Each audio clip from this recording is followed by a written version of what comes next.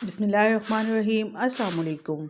ना मैदा, ना सूजी और ना ही बेसन, 1.5 कप दही से आज हम बनाएंगे बहुत ही मज़ेदार से क्रिस्पी क्रंची पकोड़े बिल्कुल नए तरीके से। और ये इतने मज़े के बनते हैं जैसे कि आपने कुरकुरे खा लिए हों, और बच्चों को तो बहुत ज़्यादा पसंद आती हैं। रेसिपी पसंद आए तो इसको लाइक शेयर कर दीजिएगा, और चैनल पे नए हैं तो काइंडली चैनल को सब्सक्राइब कर लें। चलिए शुरू करते हैं इसको बनाना। सबसे पहले हम बोल में डालेंगे 1 कप दही, आधा खाने का चम्मच इसमें नमक शामिल करेंगे, 1.5 टेबल स्पून चिली फ्लेक्स डालेंगे, 1 चाय का चम्मच कलौंजी, 2 खाने के चम्मच सफ़ेद तिल। ये ऑप्शनल है, अगर आप चाहें तो स्किप भी कर सकती हैं।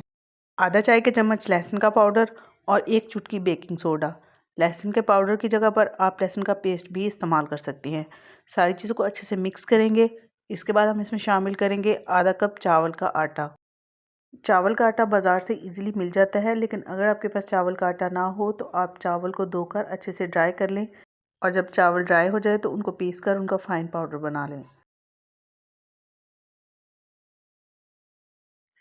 पहले हम इसको चम्मच के साथ अच्छी तरह से मिक्स कर लेंगे। इसके बाद तकरीबन 1.5 से 2 मिनट के लिए हम इसको बीट कर लेंगे, ताकि जो हमारा मिक्सचर है वो अच्छी तरह से फ्लफ़ी हो जाए।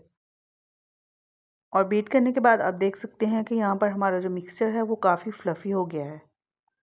और ये स्टेप आपने लाजमी करना है, क्योंकि अगर पकोड़ों का मिक्सचर फ्लफ़ी नहीं होगा तो वो इतने ज़्यादा क्रिस्पी नहीं बनेंगे। इसके अलावा बैटर की कंसिस्टेंसी भी आप लोग चेक कर लें। इस तरह से होना चाहिए, ना बहुत ज़्यादा पतला और ना ही बहुत ज़्यादा गाढ़ा। ऑयल को हल्का सा गर्म करने के बाद हम इसमें पकोड़ों का मिक्सचर इस तरह से करके स्टेप बाय स्टेप डालते जाएंगे।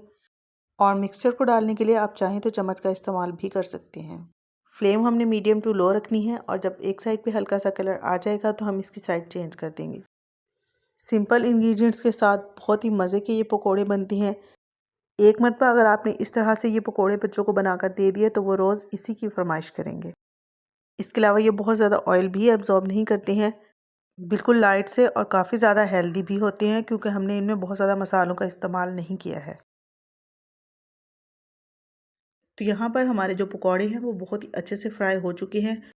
इनको हम डिश आउट कर लेते हैं, और जो बाकी का मिक्सचर है उससे भी हम इसी तरह से पकौड़े बना लेंगे। रमज़ान की आमद आमद है, और अगर आप भी इफ्तारी के लिए बनाना चाहते हैं कुछ ऐसा जो कि बहुत कम वक्त में बनकर तैयार हो जाए और ज़्यादा मेहनत भी ना करनी पड़े, तो आपने इन क्रिस्पी क्रंची स्नैक्स की रेसिपी को ज़रूर ट्राई करना है। आपको बहुत ज़्यादा पसंद आएंगे। इन पकौड़ों को आप सर्व कर सकती हैं केचप के साथ, मेयोनीज सॉस के साथ, या फिर दही वगैरह के साथ। और दही में अगर आप पुदीना, सब्ज़ मिर्च और धनिया की चटनी पीस कर डालें तो क्या ही बात है।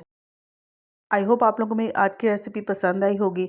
रमज़ानुल मुबारक में इस रेसिपी को ट्राई ज़रूर कीजिएगा, और अपना फ़ीडबैक मेरे साथ ज़रूर शेयर कीजिएगा। फिर मिलते हैं इंशाल्लाह बहुत जल्द एक नई रेसिपी के साथ। Thanks for watching. अल्लाह हाफिज़।